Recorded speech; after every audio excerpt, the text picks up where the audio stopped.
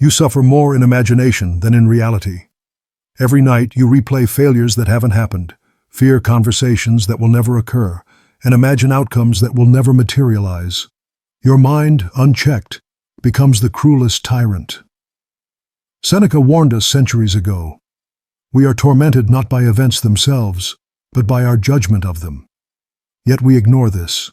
We hand our peace to shadows, to what-ifs, to distractions that promise control but deliver only anxiety.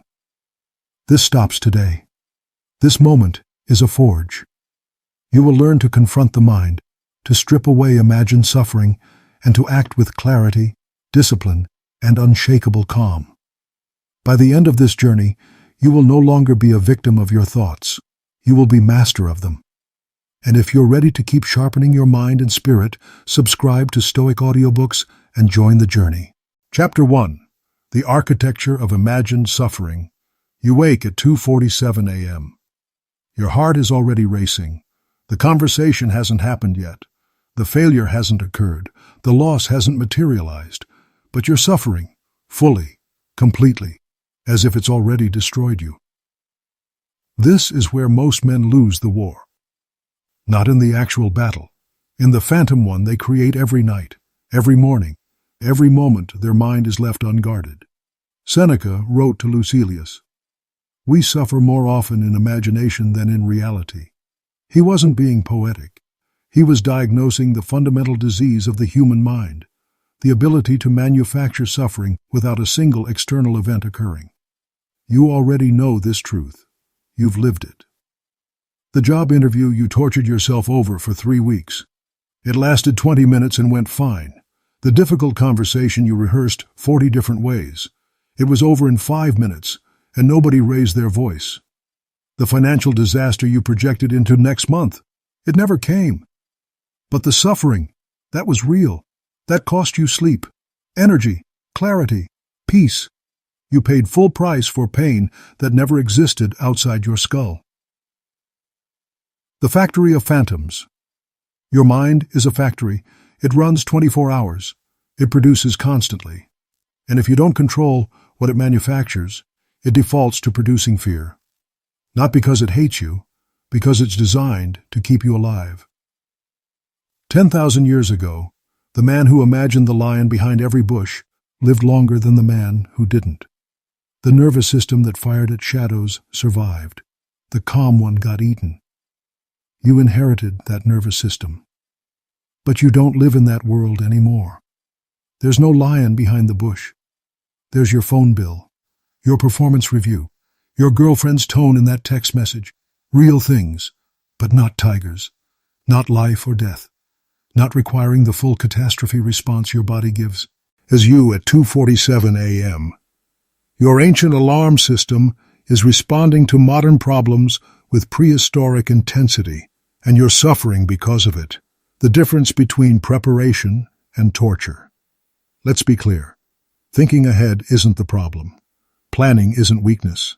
Anticipating obstacles isn't catastrophizing. There's a line.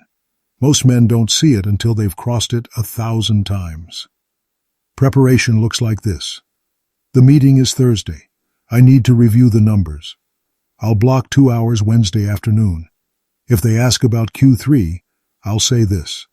If they push back, I'll pivot here. Done. That's a man using his mind as a tool. Torture looks like this. What if they already decided before I walk in? What if they bring up that thing from 6 months ago? What if I freeze? What if I say something stupid and everyone remembers it forever? What if this tanks my career? What if I can't pay my mortgage? What if... That's a man being used by his mind.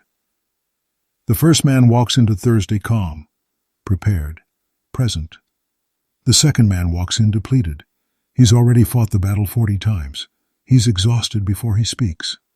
Same meeting, different men, different outcomes. Why? Because one controlled the factory, the other let it run wild. The compound interest of imagined pain. Here's what nobody tells you. Imagined suffering compounds. Every time you rehearse disaster, you're not just wasting that moment. You're training your brain to default to disaster. You're building neural pathways that lead straight to catastrophe. Your mind learns what you practice. Practice anxiety. Get better at anxiety. Practice catastrophe. Get better at catastrophe. You become fluent in suffering. The man who spends 10 years imagining worst-case scenarios doesn't suddenly become calm when something real happens. He's been training for panic. He's a professional at internal collapse. And when the real moment arrives, he's not shoto or pessoa, he's not clear. He's the exhausted version of himself because he's already been through it 100 times in simulation. Reality shows up and finds him empty. What Seneca saw Seneca wasn't writing from a monastery. He wasn't a monk with clean hands and theoretical wisdom. He was a statesman, an advisor to Nero, one of history's most unstable, dangerous men. He lived with real threat, real consequence, real proximity to violence and death. And what did he observe? That most men's greatest suffering had nothing to do with external reality. They tortured themselves. They built prisons in their minds and locked themselves inside. They conjured enemies that didn't exist. They rehearsed conversations that never happened. They died 1,000 deaths before the real one arrived, if it ever did. Seneca watched senators destroy themselves with worry over rumors that never materialized. He saw men age a decade in a month because of fears that had no substance. And he wrote it down. There are more things likely to frighten us than there are to crush us. We suffer more often in imagination than in reality. Not because he read it in a book, because he watched it destroy men daily. The weight you're carrying, right now. Inventory your suffering. Not the real problems, the imagined ones. The conversation that might go wrong. The opportunity that might not come. The person who might leave. The failure that might happen. The judgment that might land. How much of your current suffering is rooted in something that hasn't happened? How much energy are you spending on battles that exist only in projection? Be honest. Most men realize in this moment that 90% of their suffering is self-inflicted. Not because they're weak, because they're unguarded, because nobody taught them that the mind, left unchecked, becomes a weapon against itself. You're carrying weight that doesn't exist, and it's crushing you just the same. The two forms of suffering. There's the suffering of reality, the loss that happened, the failure that occurred, the pain that landed. And there is the suffering of imagination, the loss that might happen, the failure that could occur, the pain that may be coming. The first is unavoidable. Life delivers it. You deal with it. You move through it. You adapt. The second is optional. You manufacture it. You maintain it. You feed it. Most men never separate the two. They treat imagined suffering with the same weight as real suffering. They give phantom pain the same power as actual pain. They respond to what might happen with the same intensity as what is happening, and they wonder why they're exhausted. The test of reality. Epictetus had a simple test.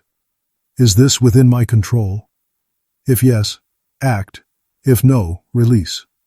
But most men skip the question. They just react. They treat everything as urgent, everything as threatening, everything as requiring the full force of their attention and emotional energy. Here's the truth. Most of what you're suffering over right now will never happen. Not because you worried about it enough, because it was never going to happen. The universe doesn't need your anxiety to function. Reality unfolds whether you catastrophize or not. Your 3-hour mental spiral at midnight changes nothing except your ability to function the next day. Seneca again. He suffers more than necessary who suffers before it is necessary. Read that twice. You're suffering before necessity, before reality, before the actual moment arrives. You're paying interest on a debt that doesn't exist yet and may never exist. Where this chapter leaves you. You can't stop your mind from producing thoughts. You can't prevent imagination from running scenarios. That's not the goal. The goal is to see the difference between preparation and torture, between useful planning and useless catastrophizing, between reality and the phantom version you've constructed. The goal is to stop suffering twice, once in imagination, once in reality. If the thing happens, why, you'll deal with it. You always have. You're still here, still standing, still capable. But until it happens, until reality actually delivers the blow, stop swinging at ghosts. Stop rehearsing disaster. Chapter 2. The Cost of Living in Future Disasters. You're not present. Not really. Your body is here. Your obligations are here. The people in front of you are here. But you're 3 weeks ahead, fighting a battle that doesn't exist yet. This is the hidden cost nobody talks about. While you're suffering over tomorrow's imagined disaster, you're bleeding out today's real opportunities. You're losing the war because you're fighting on the wrong battlefield.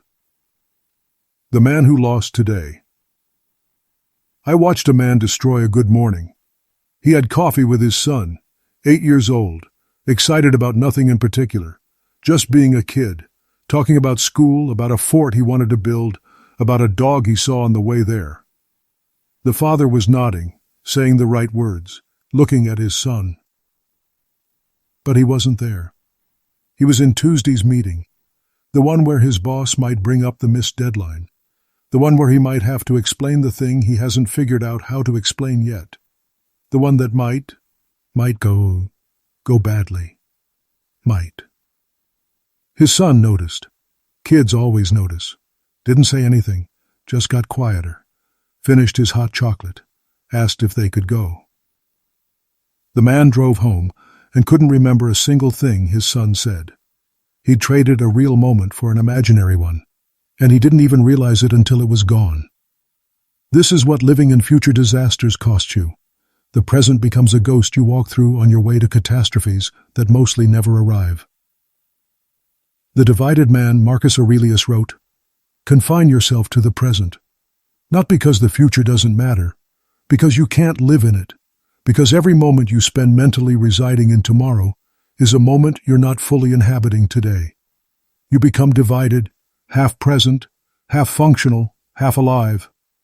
Your girlfriend is talking to you and you're nodding, but you're actually in Friday's conversation where she might bring up the thing you've been avoiding. Your son is playing in the yard, and you're watching, but you're actually calculating whether you can afford the mortgage if the promotion doesn't come through. Your friend is telling you something that matters to him, and you're listening, but you're actually rehearsing the difficult conversation you need to have with someone else next week. You're everywhere except where you are. And the people around you feel it. They don't always say it, but they feel it. They sense the absence, the distance, the way you're physically present but emotionally gone. They learn over time not to expect your full attention, because you never give it. You're always somewhere else, fighting some future war, suffering some future blow. And today just passes, unnoticed, unappreciated, unlived. The opportunity cost of catastrophizing. Every hour you spend mentally simulating disaster is an hour you didn't spend building something real. This isn't motivational talk. This is mathematics. You have 16 waking hours, maybe 18 on a good day. How many are you spending in productive action? How many in imagined suffering? Be specific. The morning shower where you rehearsed the argument, 20 minutes gone. The drive where you simulated failure, 35 minutes gone. The hour before bed where you catastrophized about money, 60 minutes gone. The bathroom break where you imagined worst-case scenarios, 10 minutes gone. That's 2 hours, every day. 2 hours you could have used to read, to build, to train, to connect, to create, to solve the actual problem instead of imagining its 50 variations. That's 14 hours a week, 60 hours a month, 730 hours a year. An entire month of waking hours spent suffering over things that mostly never happen. And you wonder why you're not further along. You wonder why other men seem to move faster, build more, accomplish what you can't. They're not smarter, they're bad. They're not more talented. They're just not spending a month every year shadowboxing with phantoms. The degradation of discernment. Here's what happens when you live in future disasters. You lose the ability to distinguish between real threats and imagined ones. Everything starts to feel equally urgent, equally threatening, equally catastrophic. The actual problem gets the same emotional response as the imagined problem. The minor inconvenience triggers the same alarm as the genuine crisis. Your threat detection system breaks down. You become the boy who cried wolf, except you're both the boy and the village. You sound the alarm so often that when something real shows up, you have nothing left. No clarity, no discernment, no reserve capacity. Seneca saw this too. The man who suffers before it is necessary suffers more than is necessary. Not just in duration, in intensity, in scope. Because chronic imagined suffering wears down your ability to respond to actual suffering. You've already spent your emotional reserves. You've already fired all your ammunition at shadows. When the real fight comes, you're exhausted. What you're training for. Every mental repetition is training. When you rehearse disaster 40 times, you're not preparing for disaster. You're training for panic. When you simulate failure 100 times, you're not preparing to handle failure. You're training yourself to expect it, to feel it, to embody it before it even arrives. You think you're being prudent, responsible, ready. You're actually just getting better at collapsing. The neural pathways in your brain don't distinguish between imagined experience and real experience. They just register repetition. The thing you do most becomes the thing you default to. Practice calm, default to calm. Practice catastrophe, default to catastrophe. You're a professional at what you practice. And if you're practicing disaster 20 times a day, every day for years, what do you think you've become a professional at? The C, erosion of relationships. The people closest to you pay the price. They don't get your best.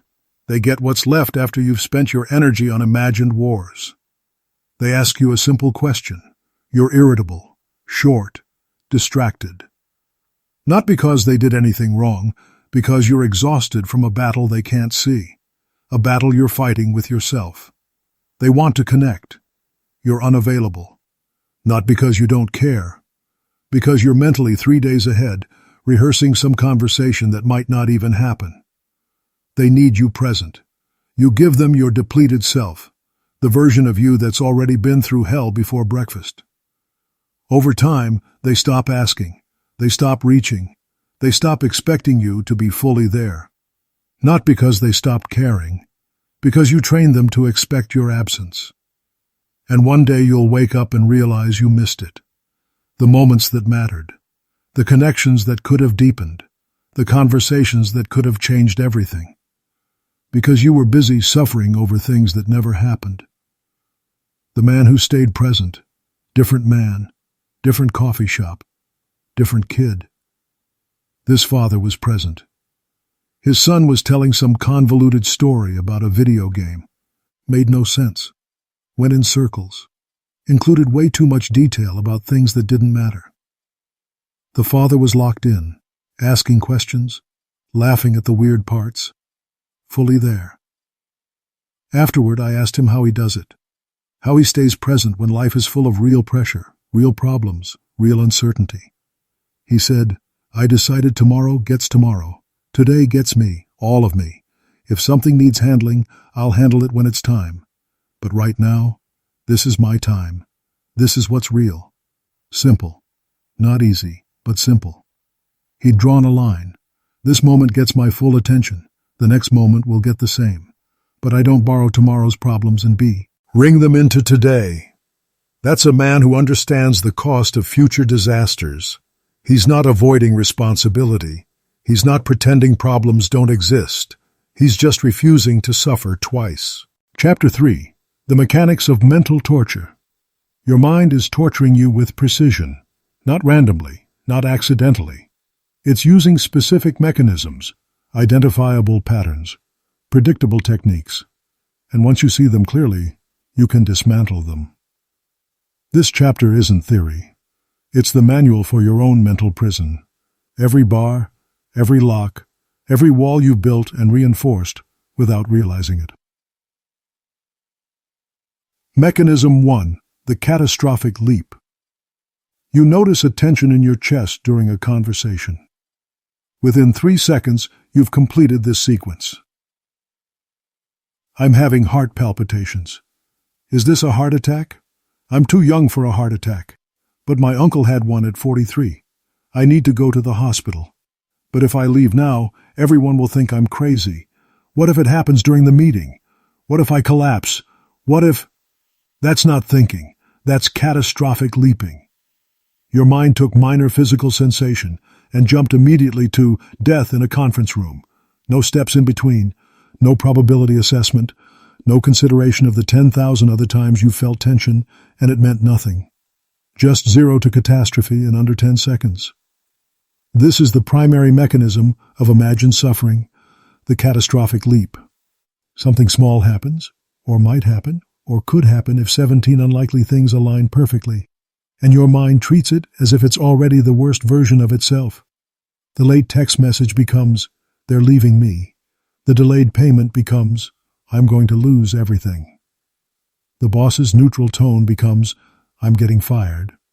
The physical sensation becomes, "I'm dying." Leap, catastrophe, suffering. No investigation, no evidence, no pause.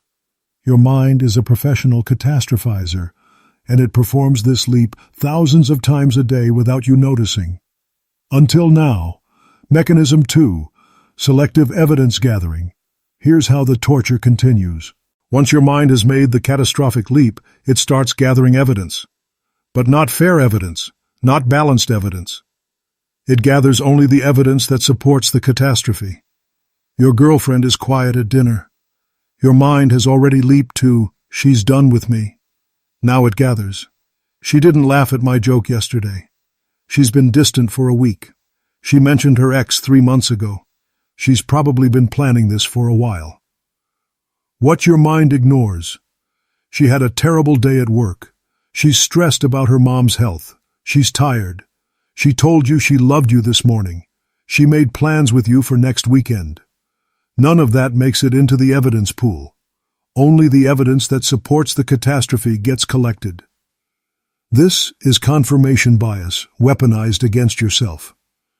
Your mind isn't trying to find the truth. It's trying to prove the catastrophe. It's building a case for suffering. And it's good at it. Give your mind a catastrophic conclusion, and it will find 50 pieces of supporting evidence within 10 minutes, all of them real, none of them complete. Mechanism 3. The certainty illusion. Once you've leaped to catastrophe and gathered selective evidence, your mind performs its final trick. It convinces you this is certain. Not possible, not probable, certain. She's definitely leaving.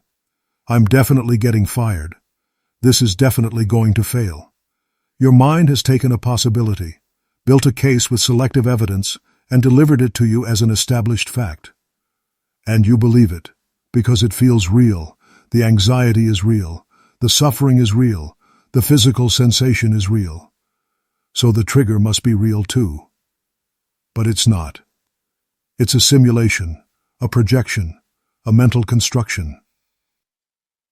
Your mind is showing you a movie and telling you it's a documentary, and you're sitting in the theater, terrified, believing every frame is footage of your actual future. The spiral architecture. These 3 mechanisms work together in a spiral. Catastrophic leap.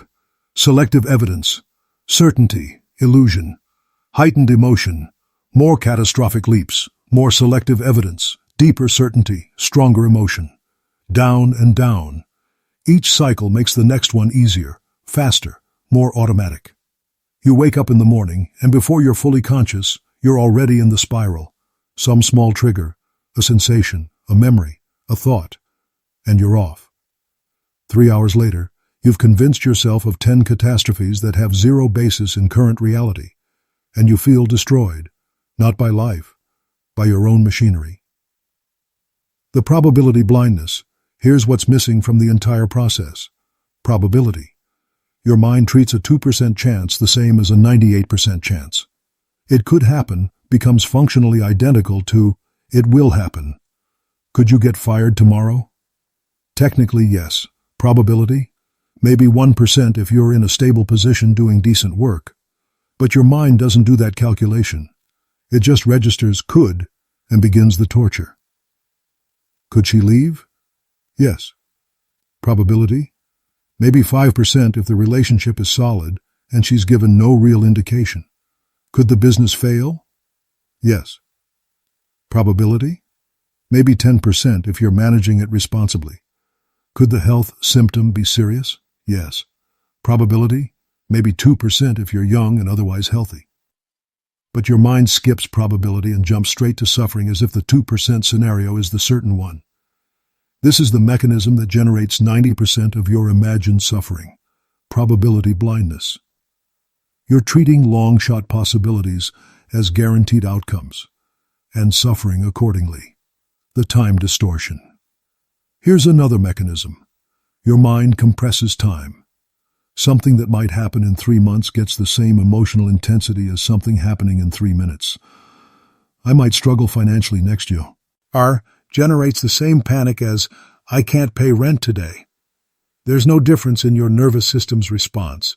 Both trigger full alarm. Both generate complete catastrophe. But one gives you 12 months to adapt, adjust, and act. The other requires immediate action. Your mind doesn't care. It treats them the same. This is why you're exhausted. You're responding to next year's possible problems with this minute's urgency. Every day. The false familiarity. Your mind has one more trick. It makes imagined suffering feel like remembered suffering. You've worried about being fired before, many times. It never happened, but your mind has the memory of the worry. So when the worry comes again, it feels familiar, and familiarity feels like truth. I've felt this way before. It must mean something. It doesn't. It just means you've practiced this worry enough times that your brain recognizes the pattern. The blacksmith's hammer. You don't stop being a blacksmith because the hammer is heavy. You learn to use it with precision. Your mind is the same. It's a tool, a powerful one. But left unmanaged, it swings wild. It hits everything. It damages more than it builds. These mechanisms, catastrophic leaping, selective evidence, certainty illusions, probability blindness, time distortion, they're not flaws. They're just your hammer swinging without aim. You can't remove the hammer, but you can control where it lands. Where this chapter leaves you, you now know the machinery of your own mental torture. Not in abstract terms, in specific, identifiable mechanisms. You know what catastrophic leaping looks like. You know how selective evidence operates. You know why your mind treats possibilities as certainties. And knowing is the first form of power. You can't dismantle what you can't see. Now you can see it. Every time your mind begins the spiral, you'll recognize it. And recognition is interruption. You won't be perfect. You'll still get caught in the machinery sometimes. But you'll catch it faster. Interrupt it sooner. Suffer less frequently. Chapter 4. The Reality Principle. Reality has been waiting for you. Patient. Uninterested in your mental spirals, unimpressed by your catastrophizing. It's been sitting there the whole time, manageable and clear, while you've been 3 weeks ahead fighting battles that don't exist. This chapter is about coming back, returning to what's real, learning to live in the only moment that actually requires your attention. Right now. What reality actually demands, strip everything away, all the projection, all the what-ifs, all the future disasters you've been rehearsing. What does reality actually demand from you right now? Not tomorrow, not next week, right now. The answer is almost always simple, embarrassingly simple compared to the complexity of your imagined suffering. Reality says, make the phone call, send the email, have the conversation, do the work in front of you, handle this one thing. That's it. Not solve everything forever. Not guarantee perfect outcomes. Not eliminate all risk. Just handle this one thing. But your mind doesn't want simple. It wants to project, to plan for 17 different versions of how this could go wrong, to prepare for catastrophes that have a 2% chance of happening. And while you're doing that, the actual simple thing doesn't get done. Reality doesn't need your anxiety. It needs your action. The difference between real problems and imagined ones, here's the test. Can you do something about it right now? If yes, it's a real problem requiring real action. If no, it's either an imagined problem or a future problem that doesn't need you yet. Your car broke down. That's real. You can call for help. You can handle it. You might get sick next year. That's imagined. You can't do anything about it right now except maintain decent habits. See the difference? One requires immediate attention and action. The other requires nothing except discipline to not torture yourself over it.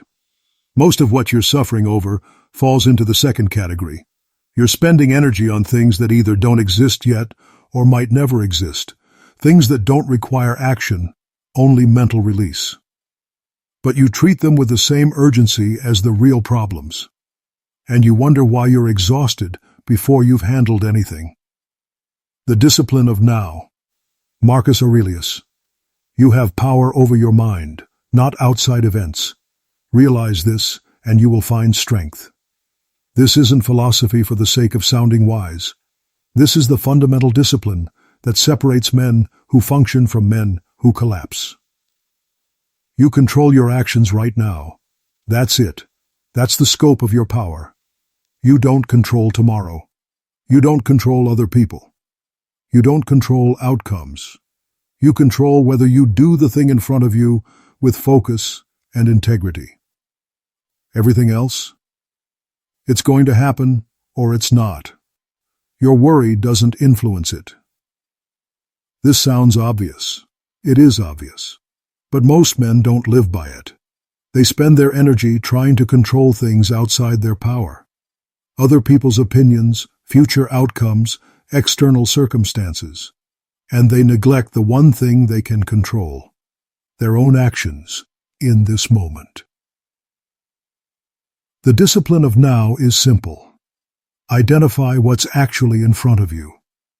Identify what you can actually do about it. Do that. Release everything else. Repeat. The man in the broken truck. I knew a man whose truck broke down on a back road, miles from anywhere, no cell service, late afternoon, temperature dropping. He had two options. Option 1, panic, catastrophize. What if I'm stuck here all night? What if it gets below freezing? What if nobody comes? What if... Option 2, deal with reality. He chose option 2. Started walking. Found a farmhouse 2 miles away. Called for a tow. Waited. Got home late, but fine. Later I asked him how he stayed calm. He said, "What was I going to do, stand there imagining myself freezing to death? That doesn't fix the truck, doesn't get me home, doesn't do anything except make me miserable while I wait." Reality demanded action. Walk, find help, handle it. Everything else was optional suffering. He chose to skip the optional part. The tyranny of what if, is where most men lose the war with their own minds. What if she leaves? What if I fail? What if it all falls apart? What if I'm not good enough? What if? Here's the truth about what if. It's infinite. You can what if yourself into paralysis forever. There's no bottom, no end point, no moment where you've finally considered enough possibilities. So you have to draw a line. The line is this. What if gets one round. You think through the reasonable possibilities. You prepare for what you can. Then you stop. Because what if doesn't lead to answers. It leads to more what ifs. What if she leaves? What if you handle it and rebuild? What if you fail? What if you try again? What if it all falls apart? What if you build something new? Every catastrophe has a response. Every disaster has an adaptation. Every worst-case scenario has a next move. Your mind doesn't want you to know that. It wants you to believe that the catastrophe is the end, that there's no recovery, no adaptation, no path forward. But that's never true. Men survive. Men adapt.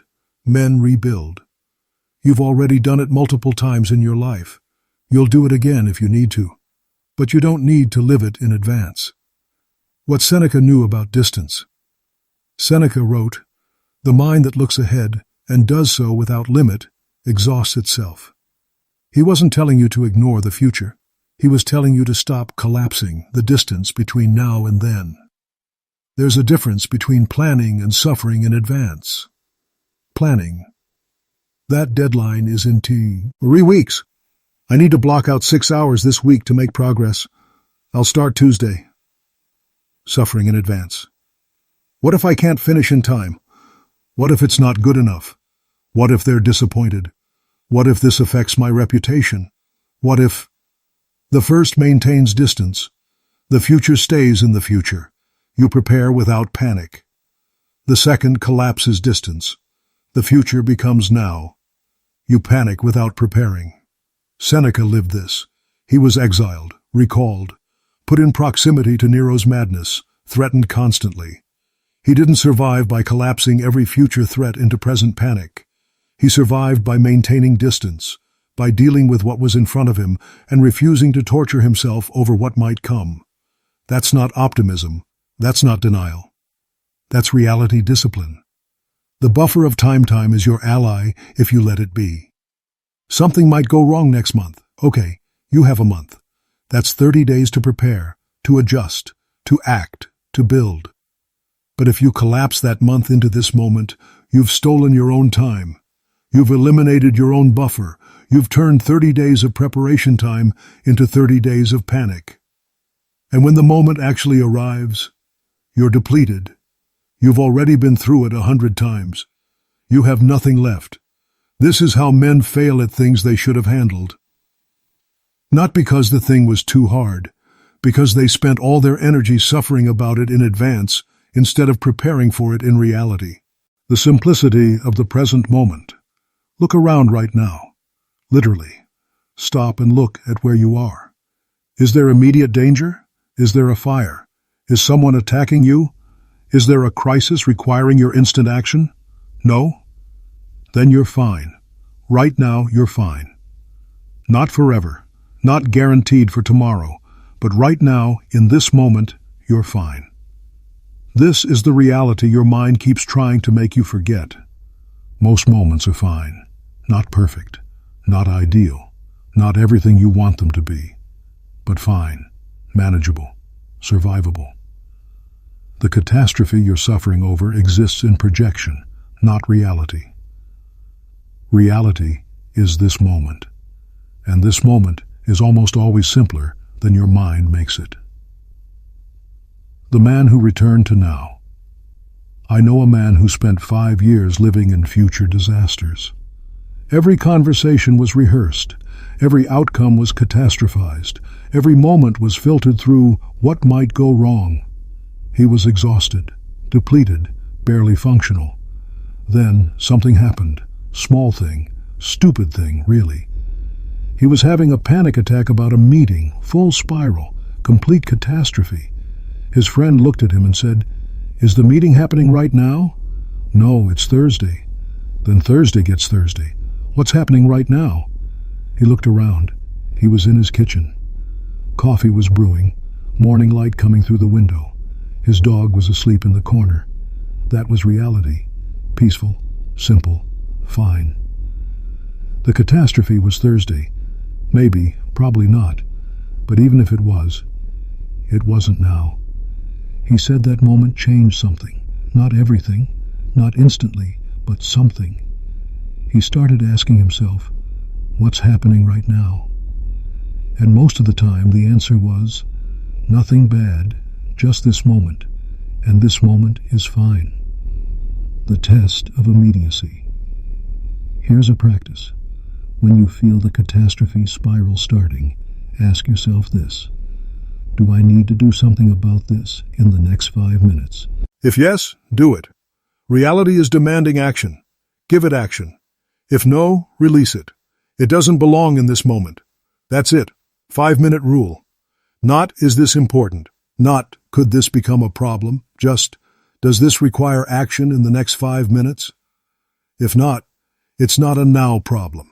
It's a later problem. And later gets later. This doesn't mean ignore everything. It means stop letting future problems steal present moments. When the future arrives, you'll handle it. You always have. But right now has its own requirements, its own opportunities, its own reality. Give it your full attention. What reality offers. Reality offers something your imagined suffering never can: completion. When you deal with a real problem, it gets resolved, one way or another, success or failure, solved or adapted to. Either way, it ends. Imagined problems never end, they just loop. You solve them mentally, then imagine a new variation. You prepare for one disaster, then your mind invents another. There's no completion, no resolution, no finish line, just endless mental simulation of problems that mostly don't exist. Reality is actually more merciful than imagination. Reality gives you concrete problems with concrete solutions, or concrete failures with concrete adaptations. Imagination gives you infinite problems with no solutions, just suffering on loop. Where this chapter leaves you, you've been living in projection, in possibility, in future disasters that mostly never arrive. Reality has been waiting for you the whole time. It's still waiting. It doesn't need your anxiety. It doesn't need your catastrophizing. It doesn't need your advanced suffering. It just needs you present, focused, willing to deal with what's actually in front of you. The discipline of now isn't complicated. See what's real. See what's required. Do that. Release everything else. Not once, every moment. Stay here, in the only moment that's real. In the only moment that actually needs you. Chapter 5. The Anatomy of Actual Crisis. Here's what nobody tells you. When real crisis hits, it's usually simpler than what you imagined. Not easier, not painless, but simpler. Less dramatic, more clear, more manageable than the 100 catastrophic versions you rehearsed in your head at 3 a.m. This chapter is about what actual crisis looks like versus what imagined crisis feels like, and why you need to know the difference. When it actually happens. I know a man who spent 2 years terrified of getting fired. Every day, every meeting, every interaction with his boss was filtered through. Is this it? Is this when I lose everything? He rehearsed it 1,000 times. The conversation, the fallout, the financial collapse, the shame, the struggle to find new work, the complete destruction of his life. Then it happened. Different job, different circumstance. But it happened. And here's what surprised him. It wasn't like any of the versions he'd imagined. The conversation was brief, professional, almost boring. His boss looked uncomfortable, said the necessary words. It was over in 10 minutes. No drama, no big scene, no catastrophic moment. Just, we're making changes. Your position is being eliminated. Here's your severance. HR will contact you tomorrow. That was it. The thing he'd suffered over for 2 years took 10 minutes. And when it was done, he felt clear. Not destroyed. Not devastated. Clear. Because reality had finally arrived. And reality, even when it's painful, is always more manageable than infinite imagined versions of itself. The clarity of actual crisis. Here's what real crisis does. It removes options. All that branching possibility you've been torturing yourself with? Gone. The thing happened or it didn't. She left or she didn't. You failed or you didn't. You lost it or you didn't. Reality narrows everything down to what is, and what is can be dealt with. Not easily, not dead, without pain. But it can be dealt with. You know what to do when reality arrives. You've always known. You just couldn't access that knowledge while you were drowning in imagination. But when the actual moment comes, your mind shifts. Clarity arrives. You move into handling mode. It's not that you become superhuman. It's that you finally stop fighting phantom battles and start dealing with the real one. The difference in energy. Imagined crisis drains you. It takes energy without giving you anything back. No resolution, no progress, no completion, just depletion. Real crisis focuses you. It demands action, and action, even in crisis, generates its own energy. You do the thing that needs doing. You make the call. You have the conversation. You handle the immediate. And there's a momentum in that, a clarity, a purpose. You're not stronger during real crisis. You're just not fighting yourself anymore. All that energy you were spending on imaginary versions gets channeled into dealing with the actual version. And the actual version, 9 times out of 10, requires less energy than the imagined ones. What crisis actually requires? Real crisis strips everything down to essentials. This needs handling. Now. Not perfectly, not ideally, just this needs handling. You don't have time for catastrophic thinking. You don't have space for spiraling. You don't have energy for what if. You just handle it. Step by step, moment by moment. One decision, one action, one conversation at a time. That's all crisis ever actually requires. Present attention and concrete action. Everything else is optional. But when you've spent months or years rehearsing crisis in your imagination, you think it requires some massive, perfect response. Some heroic moment where you have to get everything right or everything falls apart. It doesn't. Crisis just needs you steady, present, willing to do the next right thing even when you don't know how the whole situation resolves. The gap between imagination and reality. Imagined crisis is theatrical, dramatic, complete. Real crisis is procedural, step by step, manageable in pieces, even when it's overwhelming as a whole. Imagined crisis happens all at once, the full catastrophe, the complete disaster. Real crisis unfolds over time. First this happens, then you respond, then that happens, then you respond again. There's space between moments, time to think, time to adjust, time to act. Your imagination doesn't give you that space. It compresses everything into one overwhelming moment where you have to be perfect or you're destroyed. Reality is more forgiving. Reality gives you one moment at a time, one decision at a time, one action at a time. And one moment at a time is always manageable, even when the whole situation feels impossible. What you discover in crisis, you discover you're more capable than you thought.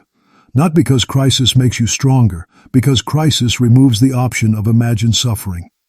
You can't catastrophize when the catastrophe is already here. You can't rehearse when the show is already happening. You can't prepare when preparation time is over. You can only act. And when you act, you discover something. You know what to do. Maybe not perfectly, maybe not ideally, but adequately. The scared version of you that's been running simulations for months? That version doesn't show up to the actual crisis. A different version shows up. The version that handles things. The version that moves. The version that does what needs doing, even without certainty. That version was always there. You just couldn't access it while you were busy imagining disaster. The pattern of survival. Look at your own history. Think about the actual crises you've faced. Not the imagined ones, the real ones.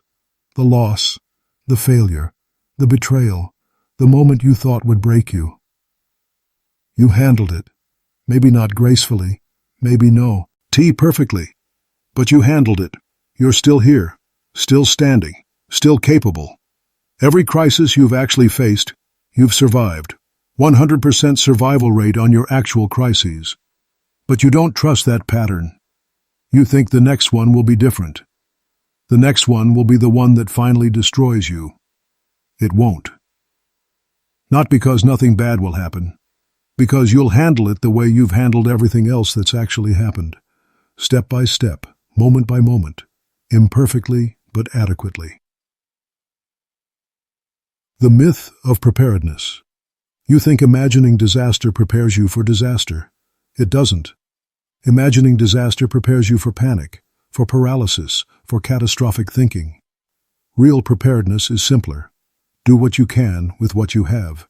Build capacity, develop skills, maintain resources, stay physically capable, keep your relationships solid. That's preparation. Lying awake imagining worst-case scenarios isn't preparation. It's just suffering practice. And when real crisis comes, suffering practice doesn't help you. All those rehearsals don't give you an advantage. They just mean you're arriving to the actual crisis already exhausted from fighting imaginary versions. Where this chapter leaves you. Stop trying to prepare for crisis by imagining crisis. It doesn't work. It just depletes you before the actual moment arrives. When real crisis comes, and it will, because life delivers crisis to everyone, you'll handle it. Not because you rehearsed it, because you'll have no choice but to handle it. And in that moment of having no choice, you'll discover you're capable. More capable than the scared version of yourself believes. More capable than your 3 a.m. catastrophizing suggests. More capable than you give yourself credit for. You've already proven this. Every actual crisis you've faced, you've survived. Chapter 6. Building Capacity for Reality. You can't handle reality from a depleted state. That's the trap. You suffer in imagination, drain your reserves, and then, when reality actually demands something, you have nothing left. This chapter is about building the capacity to meet reality without collapse. To handle what comes without being destroyed by it. Not through positive thinking, through concrete practice. The foundation, physical capacity. Start with your body. Your nervous system lives in your body. Your mental state follows your physical state. If your body is weak, exhausted, or neglected, your mind will catastrophize. This isn't theory. This is mechanism.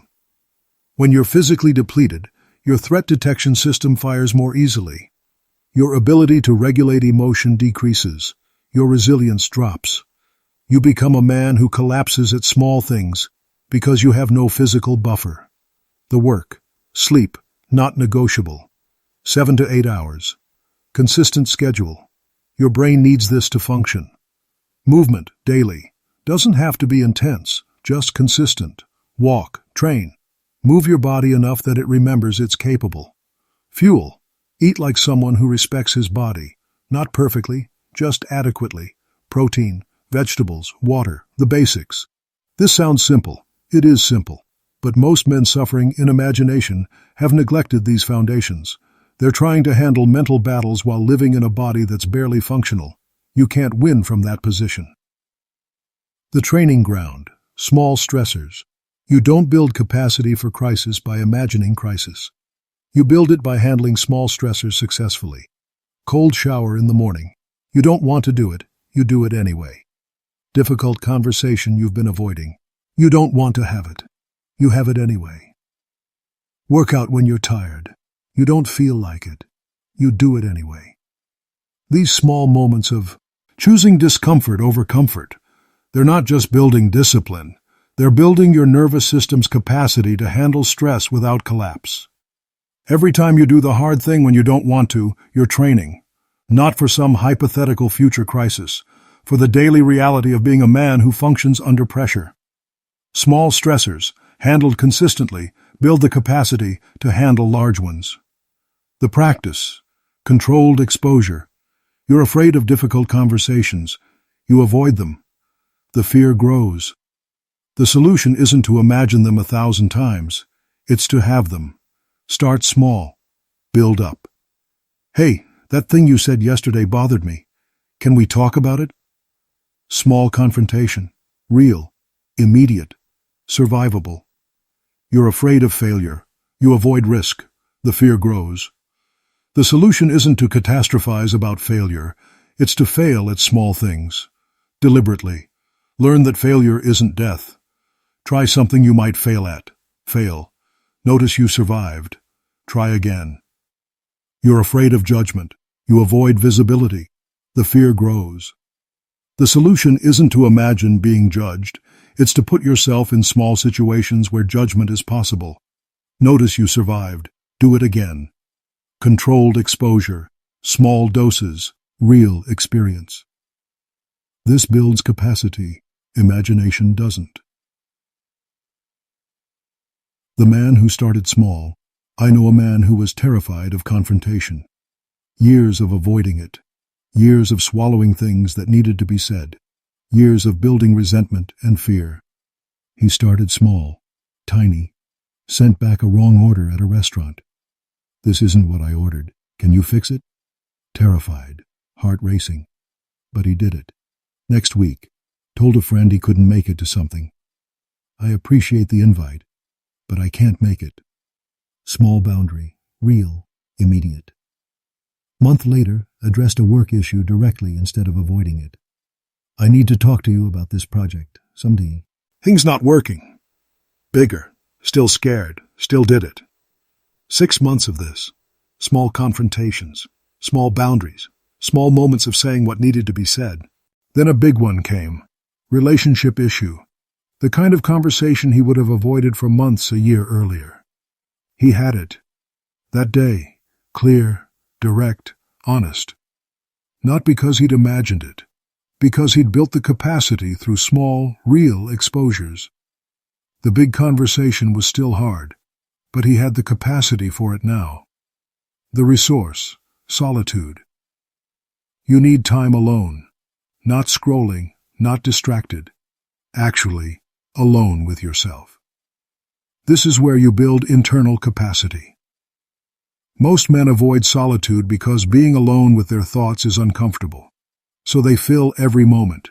Music, podcasts, videos, anything to avoid the discomfort of their own mind. This is a mistake. You need to be comfortable with your own mind, with silence, with just being. Practice. 15 minutes a day, no phone, no input, just you. Sit, walk, doesn't matter. Just be alone with yourself without distraction. First few times, it's uncomfortable. Your mind races. You want to check your phone. You want input. Don't. Just sit with the discomfort. Let your mind do its thing. Don't fight it. Don't engage with every thought. Just observe. Over time, this builds something. The ability to be alone with yourself without collapse. And that ability is foundational. Because if you can't handle being alone with your own thoughts, how will you handle being alone with real problems? The skill. Emotional regulation. Most men are emotional children in adult bodies. Something happens. They react. Fully. Immediately. No space between trigger and response. Boss gives critical feedback. Immediate defensiveness. Shutdown, or explosion. Partner expresses frustration, immediate reactivity, argument, or withdrawal. Setback occurs, immediate catastrophizing, full collapse. No regulation, no space, no capacity to feel the emotion without being controlled by it. This has to change. The practice. When strong emotion arrives, pause. Just 3 seconds. Feel it. Name it internally. I'm angry, I'm scared, I'm disappointed. Then choose your response. Not suppression. Not pretending you don't feel it. Just creating space between feeling and reaction. This is capacity. The ability to feel without being controlled. To respond instead of react. It's trainable. But you have to train it. Every day. Every emotional moment. The practice. Controlled failure. You're afraid of failure because you've been avoiding it. The cure isn't to imagine failure. It's to fail. on purpose, in controlled environments. Try something difficult, something where failure is likely, not catastrophic, but real. A hard workout where you might not finish. A project where you might not succeed. A conversation where you might get rejected. Real stakes, real possibility of failure, survivable consequences. Then fail. Notice what happens. You survive. You adapt. You learn. You try again. This is how you build capacity for failure, by failing in small ways and discovering it's not death. Most men are terrified of failure because they've avoided it so successfully they have no experience with it. They've imagined it 1,000 times but never actually felt it. So when it comes, it's overwhelming, new, terrifying. The man who's failed 100 small times isn't destroyed by one big failure. He knows the pattern. He knows he survives. He knows he rebuilds. That's capacity, the discipline, completion. You're starting 100 things, finishing nothing. This trains your nervous system for incompletion, for abandonment, for giving up when things get hard. You need the opposite, completion training. Small things, start them, finish them, no matter what. Not perfectly, just completely. Clean the garage, finish it. Read the book, finish it. Have the difficult conversation, finish it. Build the pattern. I start things, I finish things. Then when it's hard, even when I don't want to, even when it's uncomfortable. This builds capacity, the capacity to see things through, to not collapse halfway. Chapter 7. The Man Who Lives in Reality. This is who you become when you stop suffering in imagination. Not perfect, not without fear, not immune to difficulty, just present, clear, capable of meeting what comes without collapsing before it arrives. This final chapter is the integration, the picture of what this work builds. He knows the difference. The man who lives in reality knows the difference between productive thinking and destructive spiraling. He plans, he prepares, he thinks ahead. But he doesn't torture himself. He doesn't rehearse catastrophe. He doesn't spend hours in imaginary battles. When his mind starts the catastrophic leap, he sees it, names it, redirects it. I'm catastrophizing. What's the actual situation? What's the action I can take? What's actually required right now? Clean, simple, direct. He's not fighting his mind. He's managing it, like a tool, with respect, but also with boundaries. He feels without collapse. Emotions arrive, fear, anger, grief, disappointment, all of it. He doesn't suppress them, doesn't pretend they're not there, but he doesn't collapse under them either. He feels them, names them internally, creates space between feeling and reaction. I'm afraid right now, that's real. What's the fear about? What's actually happening versus what I'm imagining? The emotion gets acknowledgement, not control. He can be afraid and still act, be disappointed and still move forward, be angry and still respond with integrity. This is capacity, the ability to feel without being disabled by feeling. He acts from reality. His decisions come from what's true, not what he wishes was true or fears might be true. He looks at the actual situation, assesses clearly, identifies what he can control, acts on that. No drama, no catastrophizing, no endless analysis. Just, here's what's true. Here's what I can do. I'll do that. If it works, good. If it don't, he'll adapt. But he's not paralyzed by possibility, not frozen by fear of wrong choices. He makes decisions from the best information he has, knowing that perfect information doesn't exist, and waiting for it is just another form of avoidance. He maintains his foundation: sleep, movement, fuel, solitude. He doesn't negotiate these. They're non-negotiable. Not because he's obsessive, because he's learned what happens when he neglects them. His capacity drops. His emotional regulation weakens. His catastrophic thinking increases. So he protects the foundation. Not perfectly, but consistently. Because he's learned, you can't meet reality from a depleted state. You can't handle what comes if you're already exhausted from imaginary battles. He handles small stressors. He doesn't avoid discomfort. He chooses it deliberately. Cold shower, difficult conversation, hard workout, challenging project. Small doses of purposeful discomfort. Building capacity through repeated exposure to manageable stress. He's not trying to be tough. He's training his nervous system to handle pressure without collapse. Every small stressor handled successfully builds his confidence that he can handle larger ones. He's not preparing for imaginary catastrophes. He's building real capacity for real challenges. He lives in the present. Most of his attention is here, in this moment, with the person in front of him, on the task at hand.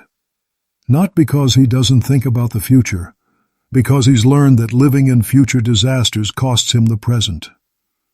His son is talking. He's listening, fully, not planning tomorrow's meeting, not rehearsing next week's conversation. Here. His friend needs him. He's present, not half attending while catastrophizing about his own problems. The work requires focus. He gives it focus, not divided attention between the task and imaginary obstacles. This is the gift of stopping imagined suffering. You get your life back. The moments, the connections, the experiences. You stop watching your life through the fog of constant catastrophizing and start actually living it.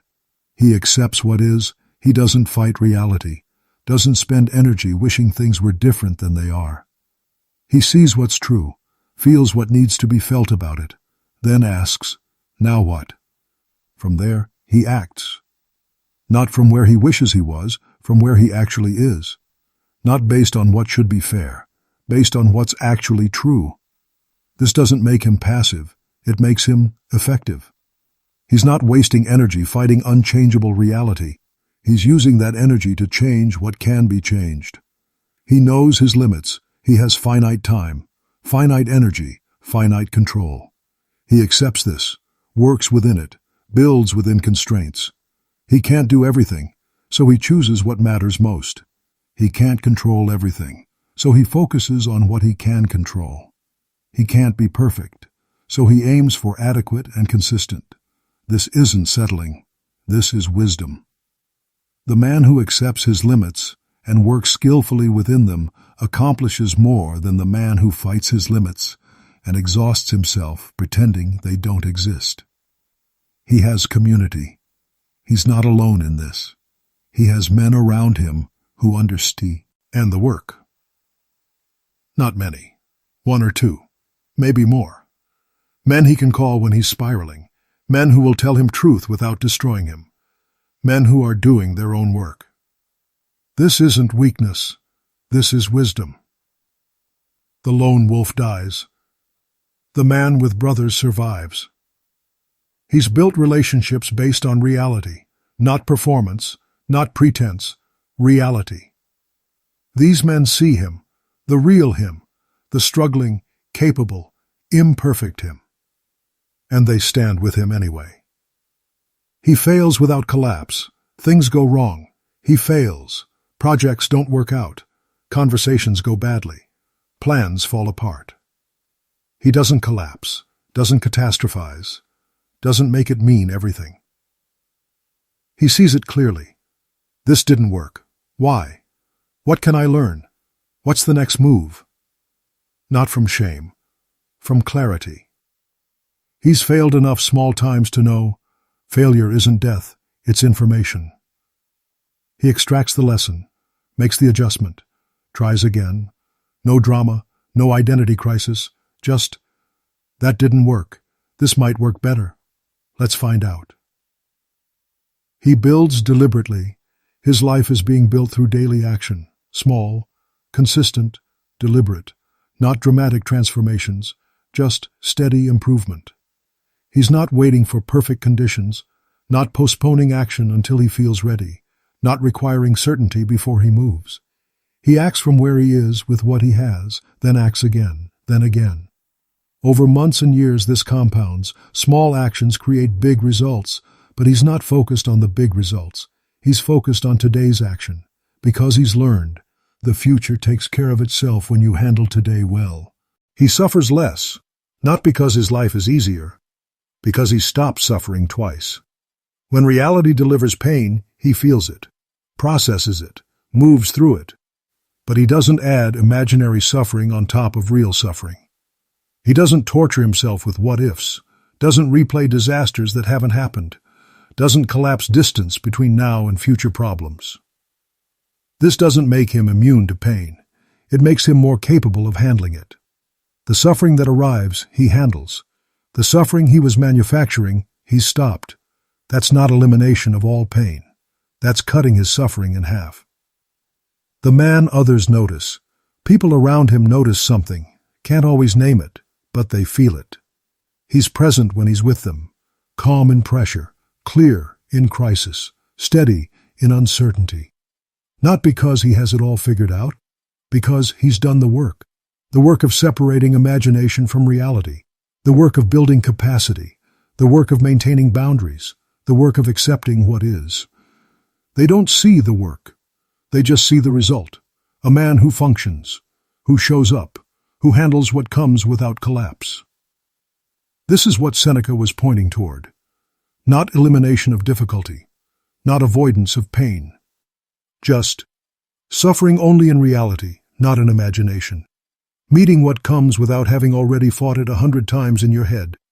Living in what is, not in what might be, where everything leaves you. This is the end of the script, but it's the beginning of the practice. Everything in these chapters is useless unless you do it. Not once, daily. In every moment your mind tries to drag you into imagined suffering. This is the work.